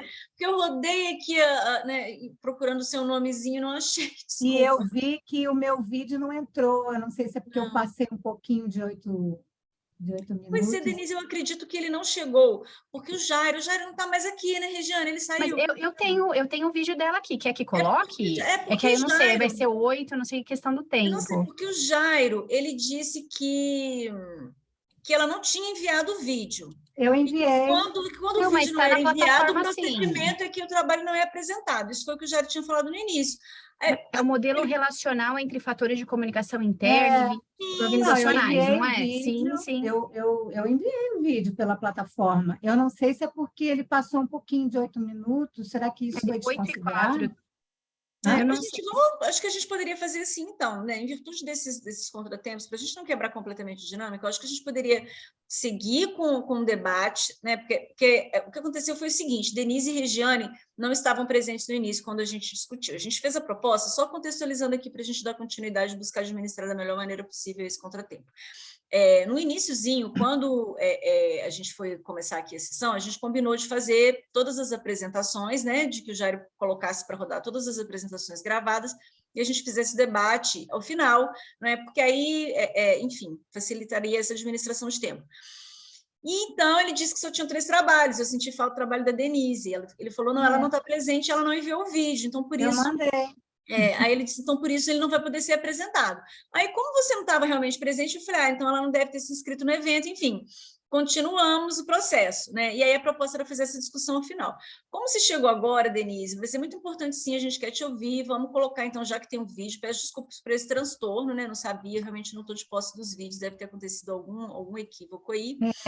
a gente pode continuar, então, com a dinâmica. A gente já debateu 2 trabalhos, a gente debate o terceiro que foi apresentado, e aí depois a gente coloca o seu vídeo e debate o seu. A gente pode fazer assim? Claro, nossa, eu peço desculpas também, porque eu acho que eu fiquei meio sem saber o meu horário, a data, enfim, aí eu vi agora. Até porque eu vi que o meu trabalho também foi aprovado por Fast Track. Eu vi tudo agora. Então. Então, Foi tá ótimo. complicado. Daqui a pouco a gente vai para ele, então. Vamos lá, então, para o trabalho da Caroline. Você tem alguma coisa que você gostaria de colocar? Eu estou dominando aqui praticamente a fala, monopolizando aqui o discurso, Regiane. Imagina, Perdão, não, eu tive um problema algum... técnico, estou até com vergonha de ficar fazendo muita intervenção. Não, imagina. Não. Você gostaria de colocar alguma coisa sobre o trabalho da Caroline? Vamos fazer diferente agora. Eu abro passando a palavra para você, Perfeito. depois eu complemento. Obrigada, agradeço. O tema, né, o vídeo que foi passado da Carolina é Eu Sou Feliz, por isso estou aqui. Eu achei demais, assim, o título, muito bacana. Fiquei com a musiquinha na cabeça, lembrei da musiquinha do Balão Mágico, ficou na cabeça. E uma proposta de modelo conceitual sobre felicidade no trabalho. Eu achei bem interessante porque, assim, é o que você comentou, né, no artigo. O conceito de bem-estar, ele é bem explorado, mas de felicidade a gente não tem, né, tanta literatura sobre o tema. E aí me chamou muito a atenção porque no doutorado eu estou estudando sobre sucesso, né? A questão até do que a gente tem de ideal de sucesso. E aí, com o seu artigo, o que para mim ficou até me gerou um questionamento em relação à felicidade, assim. Quando você desenvolve, né? Eu vejo que está muito relacionado ao bem-estar. Mas quais seriam as características ali da felicidade no trabalho? Entrou muito a questão do trabalho digno até, né, se fosse usar uma outra nomenclatura, mas eu queria ouvir um pouquinho de você, na sua percepção, até para entender o que se diferencia depois do seu estudo em relação ao bem-estar. E obrigada por dar espaço, Virgínia. Pode falar, Caroline. Na verdade, assim, como eu falei até na apresentação, né, a gente ainda está em construção. Esse modelo já evoluiu um pouco, né, porque faz parte do meu, né, falei do meu trabalho, né, da minha dissertação, então a gente está o tempo todo evoluindo, né, com essa construção. Na verdade, assim, mais ou menos, a felicidade, ela seria quase que um conceito guarda-chuva, tá? Em que ela está incluindo vários construtos, e entre eles o próprio bem-estar, né? Porque, assim, dentro da felicidade a gente tem, sim, tudo aquilo que envolve e que constrói o bem-estar, a gente tem a satisfação no trabalho, que é um outro construto, a gente tem o comprometimento organizacional afetivo, a gente tem o engajamento. Então, na verdade, são várias as coisas que, vamos pensar, né? A felicidade, pelo conceito, ele é um estado psicológico positivo, né, pautado por antecedentes e que geram uma consequência. As consequências são todos esses comportamentos. Vamos lá, bem-estar, engajamento, comprometimento, satisfação, né? Então, embora nesse modelo que eu apresentei para o trabalho, né, ele está, esses outros construtos, eles estão dentro do modelo, na verdade, depois da evolução dele, ele acabou indo mais para baixo dentro do modelo, sabe? Ele saiu de dentro do antecedente e virou uma consequência, porque, né, são várias as coisas que fazem com que a pessoa entre nesse estado psicológico, né, e que gerem essas consequências. As consequências são do comportamento. Então, assim, o bem-estar, aquilo que constitui o bem-estar e o construto de bem-estar também está dentro de felicidade, né? Alguns autores falam que, na verdade, o bem-estar é o estudo científico sobre a felicidade, né? Seligman fala que felicidade é mais um clickbait, assim, né? Uma coisa para chamar atenção, mas que não tem como definir realmente a felicidade. E no caso, eu entendo que com tudo aquilo que a gente construiu, né, e a quantidade de páginas ela é bastante cruel com isso, assim, né, para a gente tentar condensar tudo, é de justamente mostrar que sim, eles são conceitos que hoje na literatura, quando a gente busca sobre felicidade, a maioria dos artigos em que a gente encontra a felicidade como bem-estar, né, eles sinonimizam e todo mundo trabalha felicidade, felicidade, felicidade, mas no fundo estão falando de bem-estar, né? Então, é mais nesse sentido, assim, né? Alguns dizem que a felicidade, né, Seligman fala que a felicidade é uma parte do bem-estar, mas entendo que é o contrário, o bem-estar é uma parte da felicidade, né? Porque a felicidade põe todos esses grandes construtos embaixo né, do braço, assim. Sim, isso que você está falando é curioso, Carolina, realmente, de fato, os estudos de bem-estar a gente vê que são um campo que chega a ser quase nebuloso, porque todo mundo acha que tudo é bem-estar, satisfação no trabalho é bem-estar, comprometimento efetivo é bem-estar, né, envolvimento com o trabalho é bem-estar, então chega uma hora, né, e tem até um trabalho muito interessante do Virgílio Bastos, né, que é lá da Federal da Bahia, que ele fala justamente isso, ele fala assim, vai ficando tudo bem-estar, que chega uma hora que você já nem, né, enfim, é preciso de delimitar essas fronteiras, né, até onde a gente está falando de bem-estar, até onde a gente está falando de outras coisas. Eu tenho uma aluna que eu estou orientando ela no trabalho de qualidade de vida, né, no trabalho, e ela já vinha com essa história de colocar bem-estar no meio. Eu falei, Sabrina, para com isso. Qualidade de vida no trabalho, qualidade de vida no trabalho. É claro que o indivíduo... Eu acho que é por causa dessa percepção, assim, do sentido, do senso comum do que é bem-estar, né? Daquela coisa de estar bem, estar se sentindo bem. Você fala, eu tenho qualidade de vida no trabalho, logo eu vou me sentir bem ali. Aí você fala, é bem-estar, não é? Então, eu acho que talvez, eu não sei, né? Mas isso é hipótese pessoal, que acaba gerando, às vezes, esse tipo, né, de confusão, de todo mundo ficar querendo achar que tudo é bem-estar, felicidade é bem-estar, PPT é bem-estar. Então, acho que esses trabalhos, assim, são muito bem-vindos, porque eles ajudam a gente a fazer esse trabalho aí de delimitar bem o campinho, né? Até onde uma discussão começa, até onde a outra discussão acaba, né? E, às vezes, o que delimita aí essa fronteira entre uma coisa e outra é uma linha tênue, né? Às vezes é uma linha tênue que delimita a fronteira entre uma discussão e outra. E aí, com base nessa história, nessa coisa de linha tênue, que eu fiquei...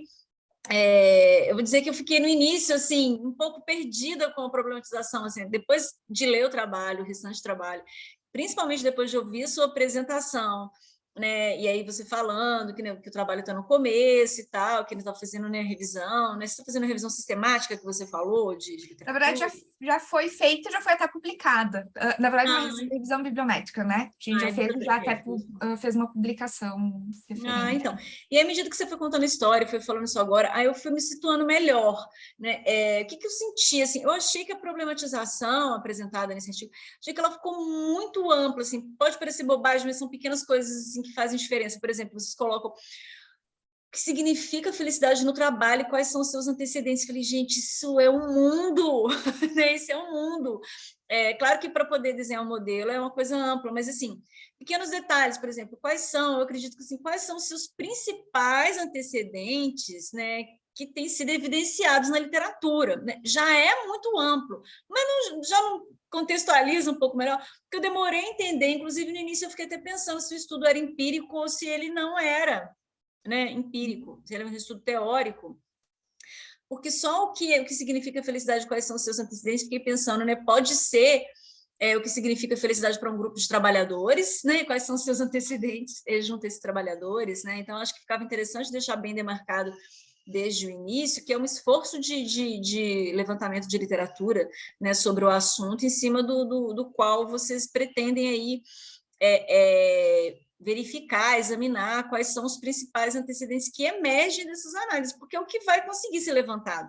Porque certamente deve ter outros antecedentes da felicidade no trabalho que ainda nem surgiram na literatura, não é? Porque não é isso mesmo a ciência, né? A gente às vezes está achando que tem 1, 2, 3 antecedentes que estão ali, como se diz na linguagem comum, bombando, não é? Aí, de repente, alguém resolve estudar um ou outro e descobre, nossa, o poder explicativo dele é muito maior, né? Enfim, e aí o cenário muda todo, né? Então, eu acho que fazer essa demarcação, assim, inclusive temporal, né, que a literatura tem evidenciado até o presente momento, principais antecedentes, aí eu acho que a gente entra para o restante da leitura do trabalho, bem sentadinho na cadeira, né? Tá, agora eu já sei que vai ser, né, o filme que eu vou assistir, né?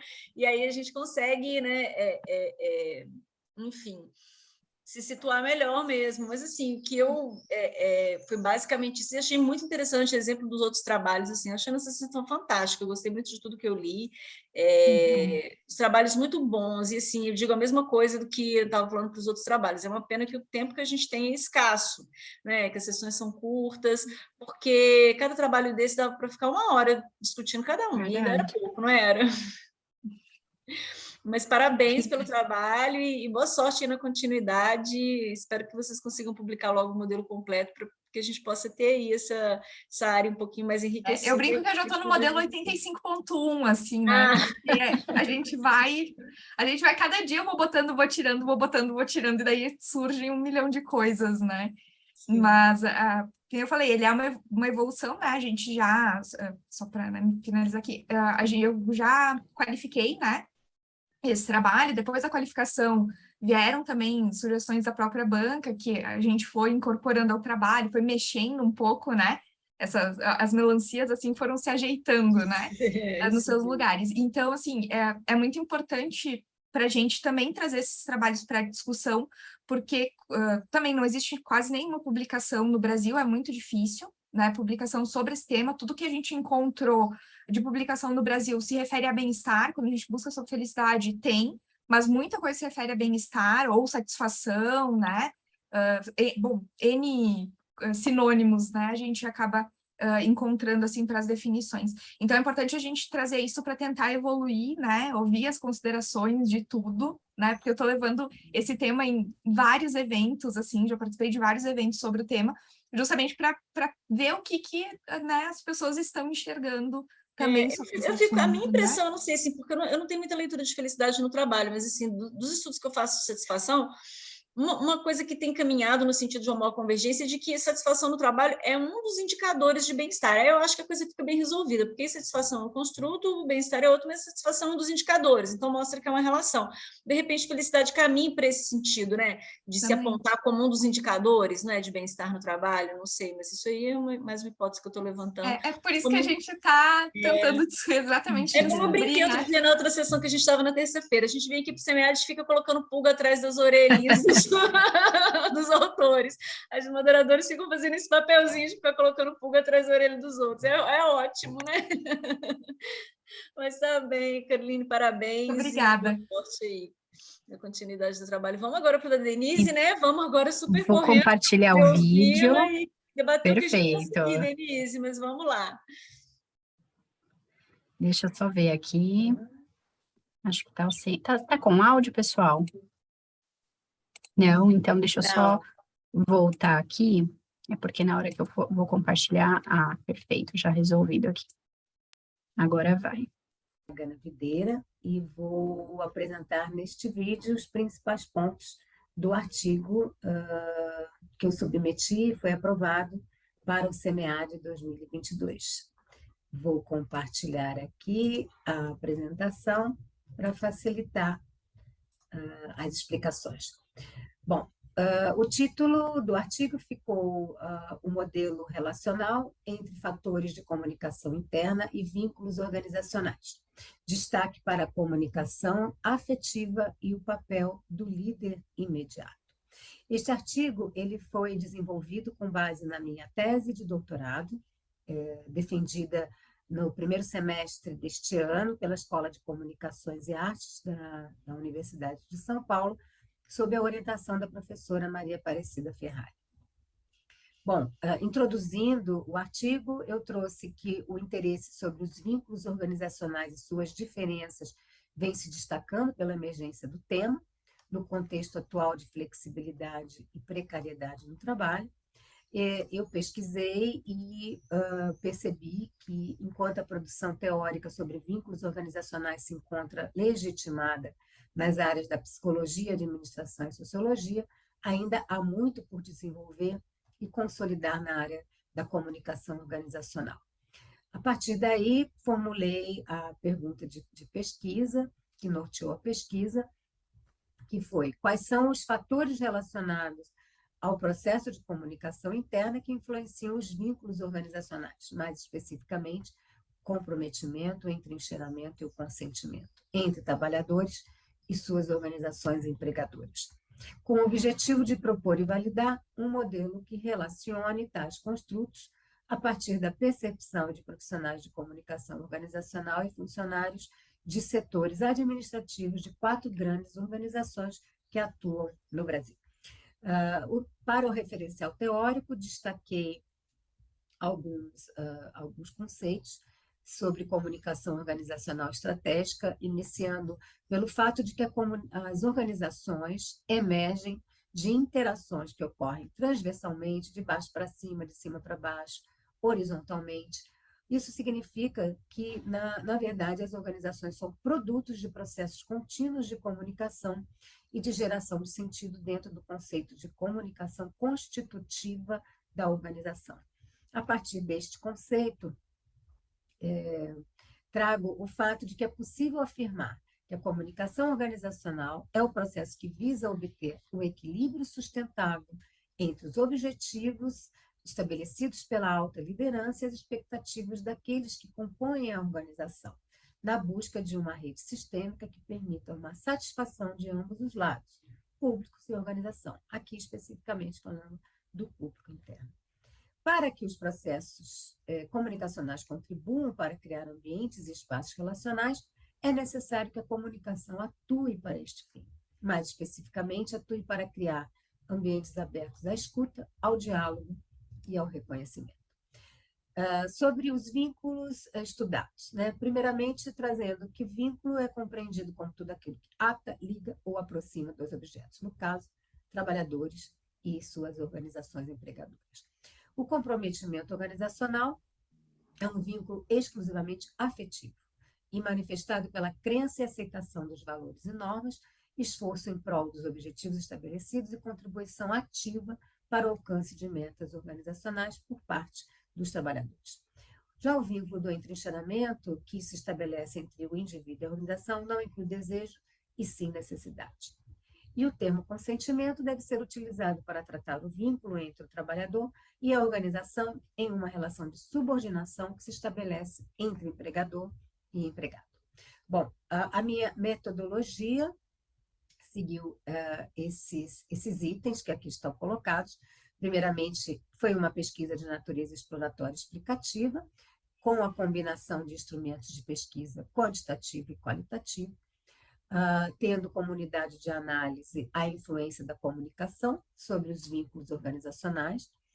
As unidades de observação foram 4 organizações de grande porte que atuam no Brasil, a partir dos profissionais de comunicação organizacional e funcionários dos setores administrativos. O critério da escolha da amostra foi não probabilístico, por acessibilidade ou conveniência, e utilizei a abordagem de métodos mistos sequenciais, primeiramente o método qualitativo e, na sequência, o método quantitativo. Aqui está um modelo relacional que foi extraído do software Smart PLS 2.0, quando realizei os cálculos de modelagem de equações estruturais. Então, aqui essa figura demonstra as relações entre os construtos que fizeram parte das análises estatísticas. Como resultados, de uma forma bem objetiva, trago que foi confirmado, né, que a comunicação, por meio de seus processos internos, tem a capacidade de influenciar diretamente o vínculo do comprometimento organizacional, como também o vínculo do consentimento, por meio do construto obrigação. Além disso, os resultados finais dos testes estatísticos demonstraram que o vínculo do entrincheiramento não teve participação destacada no modelo. Inicialmente, para o questionário respondido pelos funcionários dos setores administrativos, eram 18 assertivas deste construto e só 6 se mantiveram ao final da modelagem. Ou seja, e também não apresentou relação com o vínculo do comprometimento. Com relação ao vínculo do consentimento, ele se manifestou de 2 formas, como obrigação e como subordinação, e que esses 2 construtos, né, que surgiram demonstraram graus opostos de influência no comprometimento.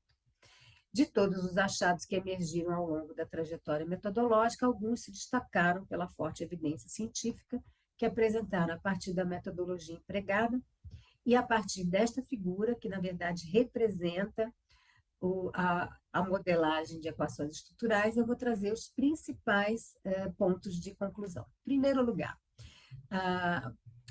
a comunicação organizacional, ela se dividiu em 4 grandes construtos: comunicação do líder imediato, comunicação afetiva, comunicação em home office, comunicação engajadora. Existiu uma forte influência entre a comunicação afetiva e o vínculo do comprometimento. A comunicação do líder imediato demonstrou ser um fator de grande importância no processo de comunicação interna, porque é algo que influenciou todos os outros construtos ligados à comunicação interna. O vínculo do entrincheiramento, como já comentei, não teve participação destacada no modelo.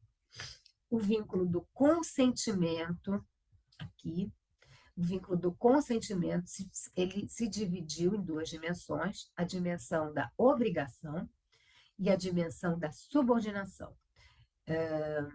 Interessante notar que a dimensão obrigação, ela tem influência positiva sobre o vínculo do comprometimento. Já a dimensão subordinação tem influência negativa, que eu busquei demonstrar com essa linha tracejada. Existe também surgiu também uma forte influência da comunicação em home office sobre a comunicação afetiva, né? E uma relação direta entre a comunicação em home office e o construto dos arranjos burocráticos impessoais ligado ao entrincheiramento. Esses foram os principais resultados. A conclusão eu já coloquei a partir daquela figura, trouxe aqui as principais referências e agradeço pela atenção. Muito obrigada.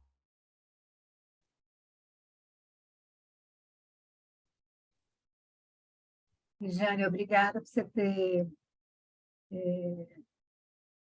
trazido aí o vídeo, né? Porque eu vi que ele não foi colocado, né? Até que é possível ainda ele ser colocado na plataforma. Ele já está na plataforma, sim. Imagina, já tá, se quando a dificuldade que é escrever um artigo, é uma alegria poder ter visto que está aqui e a gente passar, não se preocupe não. Não é que precisa quando eu agradecer. olhei, eu não encontrei só o link para o artigo. Obrigada, parabéns, Denise. A gente vai ter que ser bem rapidinho aqui agora, porque nós já acabamos de estourar o tempo, né? Já são 14h30, acho que a gente estoura aí uns 5 minutinhos, né? Eu agradeço, peço desculpas mais uma vez. Imagina, Denise. Eu faço minhas palavras da Regiane, que bom que deu certo que você está aqui com a gente. Primeiro, quero te parabenizar, nosso trabalho muito bom, muito interessante, muito bem feito, trabalho robusto, né, Regiane? Denise muito. Constrói uma escala, nosso trabalho pleno de contribuições, assim, muito rico. Pode falar, Regiane. E a questão, eu achei muito interessante quando ela explicou sobre a obrigação e a subordinação, detalha bem no artigo isso, né? E é uma questão que, às vezes, na questão empírica, isso já é claro para a gente, mas é muito legal você ver como as metodologias, o software pode auxiliar nesse sentido, assim. Então, os resultados que teve a partir disso, eu achei muito interessante, muito rico. Uhum. Realmente eu tive todo esse trabalho mesmo, porque é como eu introduzo o tema, né? No campo da comunicação organizacional, a gente não encontra nada que nos ajude a fazer esse trabalho empírico, né? E aí depois eu tive que desenvolver realmente uma escala para poder avaliar até que ponto, né, a ação organizacional ela pode influenciar os vínculos. Então, eu tive que partir primeiro de uma análise qualitativa, então eu fiz entrevistas, né, consegui que 4 grandes organizações aceitassem participar da pesquisa. Então, a partir das entrevistas que eu fiz com os responsáveis pela comunicação, primeiro eu entrevistei os diretores, depois eu entrevistei em separado as equipes, e a partir daí eu consegui construir a minha escala, né? Que a princípio ficou com 36 assertivas e depois das análises fatoriais ficou reduzido para 24 e eu cheguei nos 4 construtos de comunicação, né? Eu usei, obviamente, as escalas dos vínculos que já existem, né? Então, de Bastos, da Ana Carolina e da Silvia, e saíram esses resultados, né, interessantes. Realmente, o consentimento pela inicial, né, pela pesquisa inicial que eu usei, pela escala inicial, ele tem uma dimensão só que para mim foi dividido em duas. E é bem interessante que quando a dimensão obrigação, ela impacta negativamente no comprometimento. Eu achei isso muito interessante. Ou seja, as pessoas que elas continuam na empresa por obrigação, elas acabam não tendo uma contribuição positiva para o comprometimento afetivo, né? Já a subordinação, não. Ao contrário, né? Ela impacta positivamente o comprometimento afetivo. Achei bem interessante. E achei bem interessante também a força que a comunicação do líder imediato se apresentou nos resultados, né? Como um todo, para todo o processo de comunicação organizacional, como é importante a comunicação do líder imediato, e a comunicação que eu denominei de comunicação afetiva, né? Que é quando a pessoa se sente reconhecida, quando ela tem um diálogo, quando ela percebe que ela é importante também para a construção desse ambiente organizacional. Então, fiquei satisfeita também com os meus resultados e satisfeita também de saber que foi aprovada aí para o SEMEAD, né? Porque eu fico entre a comunicação e a... Mas eu acho que muito bacana, Simão. Eu achei que você foi tímida, Denise, ao elencar as contribuições, porque você não demarca as contribuições do estudo nas considerações finais, sabe? Eu acho que você faz tantas contribuições, nossa, que eu fiquei coçando de vontade de eu mesmo chegar para você e falar, Denise, tem que colocar isso, porque ele traz muitas contribuições, assim. Eu acho que esse fato de você transitar entre essas duas áreas, e você chega para discutir essas questões de comunicação, você está abordando um aspecto que eu acho que tem sido muito negligenciado, né, Regiane, nas discussões, eu não sei a sua percepção, nas discussões que a gente tem aí dentro de comportamento organizacional, porque eu acho que essa questão de comunicação ela é tão importante nas organizações, eu acho que ela precisa de mais estudos. E o próprio fato de você ter precisado de desenvolver uma escala para acessar as informações que você precisava, mostra, né, como a escassez de estudos. Então, assim, você não somente aborda um tema, né, que traz uma discussão necessária, como você traz a contribuição de uma escala que pode ser aí, né, utilizada em estudos futuros sobre o tema. Então, acho que só isso são duas coisas tão importantes que eu acho que elas precisavam de estar demarcadas em negrito como contribuições imensas do seu trabalho nas considerações finais, sabe? Eu acho que desde a introdução, acho que você poderia demarcar um pouco melhor isso de... Né, dessa escassez de estudos sobre comunicação e como o seu trabalho chega, né, respondendo aí, né, algumas questões que estão em aberto, né, algumas, tem várias que continuam em aberto, mas ele chega trazendo, né, uma discussão muito interessante, isso que se falou, né, de mostrar a importância dessa comunicação com o líder imediato, enfim. Eu acho que traz achados fantásticos, Denise, eu acho que você precisa de deixar de lado a timidez e mostrar todo o valor do seu trabalho nas considerações finais, sabe? Acho que você ficou mais assim, né? Acho que depois que a gente acaba de fazer, a gente nem se dá conta, né? Do tamanho que a gente fez, você fez um trabalho muito bacana. Eu preciso de marcar isso ali. E a contribuição prática, a gente vai aprimorando, né? E é super importante ouvir esse retorno, porque às vezes a gente fica mesmo assim, nossa, será que eu trouxe tanta coisa assim, né? Sim, a gente acaba de fazer, a gente não dá conta do tamanho que a gente fez, a gente precisa de um olhar de fora para mostrar para a gente. Verdade, obrigada. E algo que até, Denise, eu achei bem interessante, porque assim, eu estou fazendo doutorado, mas eu estou no mundo corporativo ainda, né? E eu observo que assim, o seu trabalho, ele precisa sair além do mundo acadêmico, sabe? Até talvez fazer um e-book, algo assim, para as empresas, porque tem questões ali, tem tantos achados, principalmente na classificação, de poder até auxiliar o RH ou até mesmo os líderes de como fazer essa comunicação. Porque, assim, quando você observa, né, a questão que você trouxe, da subordinação, a questão da obrigação, são detalhes tão tênues que ali quem está no dia a dia como gestor, às vezes uma linguagem, uma palavra, então acho que, assim, tem tanto contribuir de maneira prática para as organizações, que aí é um encorajamento. Eu falo porque hoje eu sou gestora, né, na Colgate, e eles trabalham muito forte essa questão de comunicação e tudo mais, mas essa união entre área acadêmica e empresa hoje ainda é muito patina ainda, né? Aqui no Brasil ainda patina muito, eu também acho. O seu trabalho é uma super ponte para isso. E tem uma faz coisa muita coisa também... bacana que fica, às vezes, presa dentro do muro da universidade. E é uma pena, não é? Porque é um trabalho extenso, né? Só quem Que desenvolveu ajuda no dia a sabe, dia, né? E Exatamente. tem também uma grande confusão na utilização de termos que no mundo corporativo acabam se confundindo, né? Se fala muito de engajamento, e de engajamento como se fosse o comprometimento. E eu vivo tentando esclarecer, Não é sempre que bem eu assim. posso, né? Que é muito, nossa, é muito mal utilizado, né? E a gente precisa tomar cuidado, porque senão você não consegue realmente saber como avaliar o comportamento organizacional. Sim. Gente, assim, olha, uma pena, mas eu realmente tenho outro compromisso agora, eu já estou até um pouco atrasada para ele. Obrigada, E aí, gente. assim, a gente vai precisar de encerrar, não sei se vocês tiverem, Regina, tiver disponibilidade para continuar batendo um papo aí, mas, infelizmente, eu mesmo vou precisar de sair, assim, se vocês estiverem de acordo, a gente encerra a sessão, o que vocês acham? A única coisa que eu queria falar Caroline, tem bastante trabalho sobre felicidade no trabalho na área de comunicação. Depois, se você quiser deixar seu e-mail aí, eu acho que eu consigo te mandar alguns artigos. Bacana. Eu vou querer Eu até sim. coloquei também aqui, pessoal, para vocês poderem avaliar a sessão por meio do link.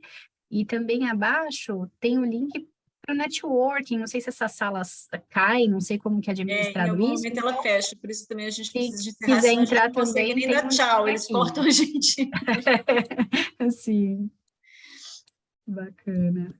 Então, obrigada, pessoal. Obrigada, Virgínia. Desculpa o imprevisto de novo aí do início. Não, imagina, acontece, eu também tive dificuldade, acabei entrando um pouquinho atrasada, mas importante que deu tudo certo, todo mundo conseguiu apresentar, e aí tem essa opção da sala de networking, né?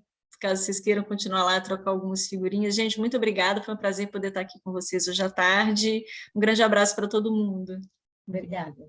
Abraço. Tchau, tchau. Obrigado. Um abraço.